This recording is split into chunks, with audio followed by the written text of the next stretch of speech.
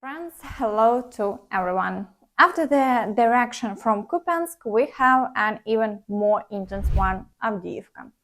So let's start with it today. The occupiers along the entire front line have initiated large-scale assault operations supported by tanks, artillery, aviation, drones, and storm units. Overall, everything that the Russians have has been applied in this direction. The situation is extremely complex. Yesterday, the Ukrainian Armed Forces reported the loss of 2 positions, but these are not catastrophic losses. For now, the front line remains unchanged, but the battles continue and there is a clear intention to capture Avdiivka to enable further advances. The operation began early in the morning yesterday. The occupiers initiated a powerful bombardment which lasted practically the entire day. They positioned their forces within the city to provoke the Ukrainian Armed Forces to strike residential areas, accusing Ukraine of shelling civilian positions. However, the Ukrainian Armed Forces absorbed all the attacks and there were no strikes on residential areas, as even the occupiers confirmed. Yesterday evening, the Russians already claimed to have taken the height near the coking plant. We are waiting for confirmation or refutation of this information. For now, the Russians report that they have broken through to Berdichi and depicted on the map. However, the battles continue and the Ukrainian side hasn't yet confirmed or refuted this information, so we are waiting. Please know that I'm providing information as of the time of creating this video. There is also a video of another assault from yesterday. You can see a significant amount of armored vehicles and even more personnel involved. This is the force they used to capture the Ukrainian positions. As you understand, there wasn't just one such attack during the day, but in various directions. So while the Ukrainian Armed Forces are not victorious, they are successfully holding their defense positions. According to information from the General Staff, they managed to shoot down a Su-25 jet conducting their shelling. We have faith in the Ukrainian Armed Forces and are waiting results. As they say, it's like a shooting range over there. I think that says it all. Besides trying to encircle Avdiivka, they haven't committed all their reserves to this front exclusively. They still have forces that are advancing separately toward Maryinka, Novomykhailivka, and according to early information, there are attacks on Krasnohorivka. Overall, this situation is genuinely challenging. Unfortunately, Avdiivka is just one direction, and the Russians have shifted into powerful offensive along the entire Eastern Front.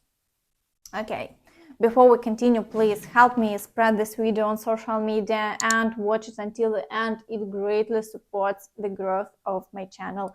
Thank you. This means that on the Bakhmut direction, the occupiers have also launched an offensive. This is confirmed by the Ukrainian Armed Forces and we can see it on the map.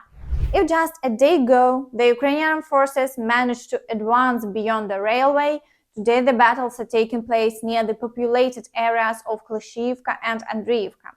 However, so far, the Ukrainian Armed Forces have been unable to make any significant progress to encircle Bakhmut. In the Kupiansk direction, the occupiers are also actively advancing and battles are ongoing in the Senkivka and Ivanivske areas as before. Here, as before, they are attempting to break through from 2 sides to bypass Senkivka and create a semi-encirclement, and they cannot directly capture the village and the territory is under artillery fire. However, near Ivanivske, they managed to break through almost 3 kilometers from the front line and battles are ongoing there.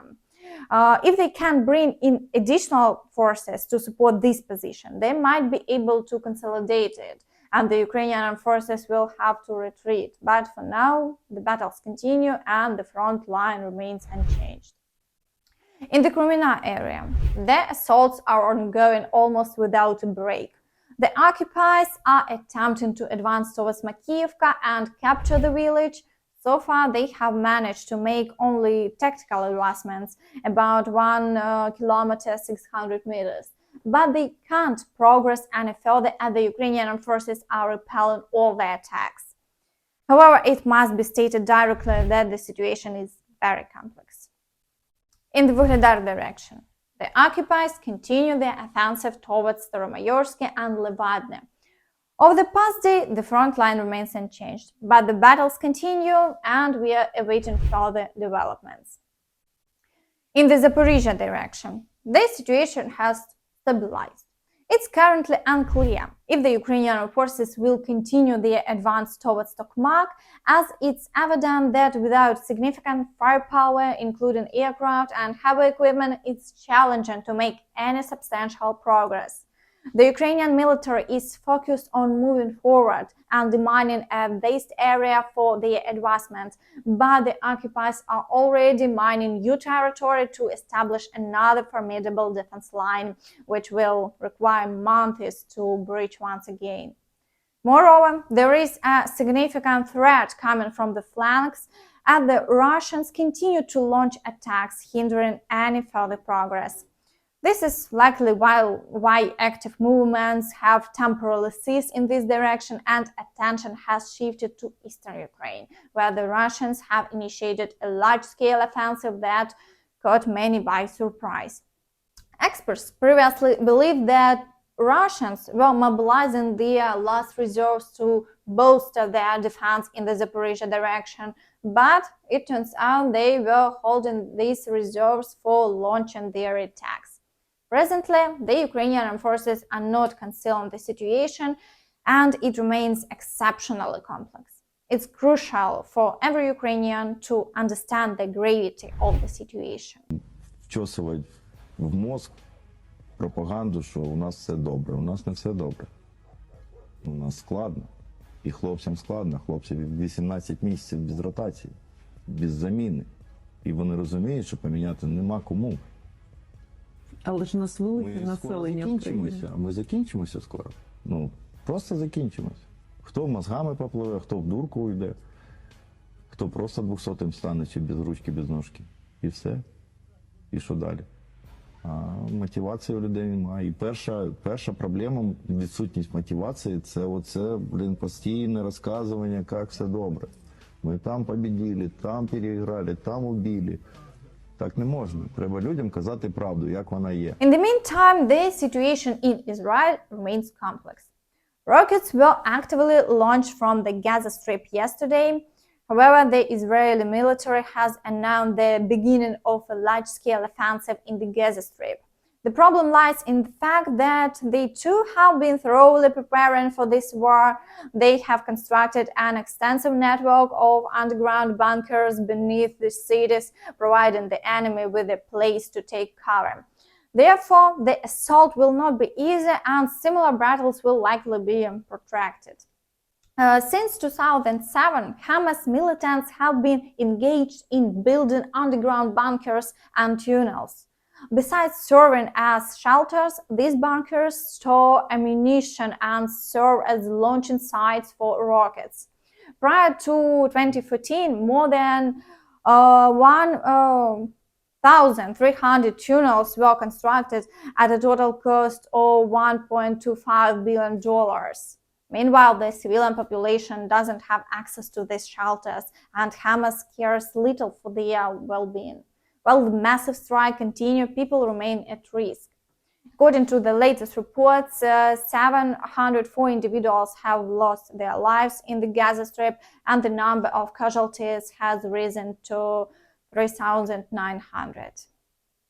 Okay, meanwhile, on Russian television, they claim to have known the true reasons behind the conflict between Israel and Hamas for a long time. Кому это может быть выгодно, потому что уже много обсуждалось. Понятно, что Хамас, они крайне радикалы, у них крайне проблемная идеология, но ведь кто-то, возможно, их подталкивал.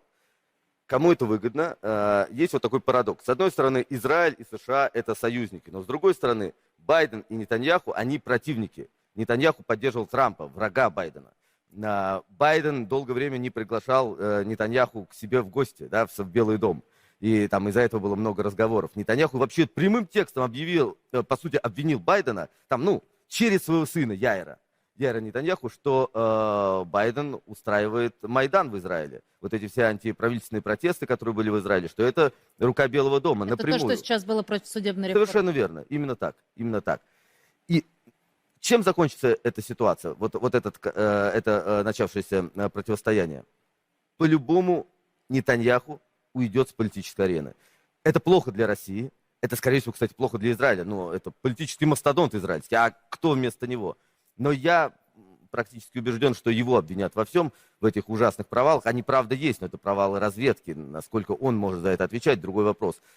Он уйдет, это выгодно Байдену. Я вообще не удивлюсь, если когда-нибудь мы узнаем, что Белый дом дал отмашку Хамасу на это ужасное нападение. Thank you for watching and for your support. Don't forget to like this video, subscribe to the channel and click the notification bell to stay updated on all the latest news. Thank you for watching and see you next time. Bye bye.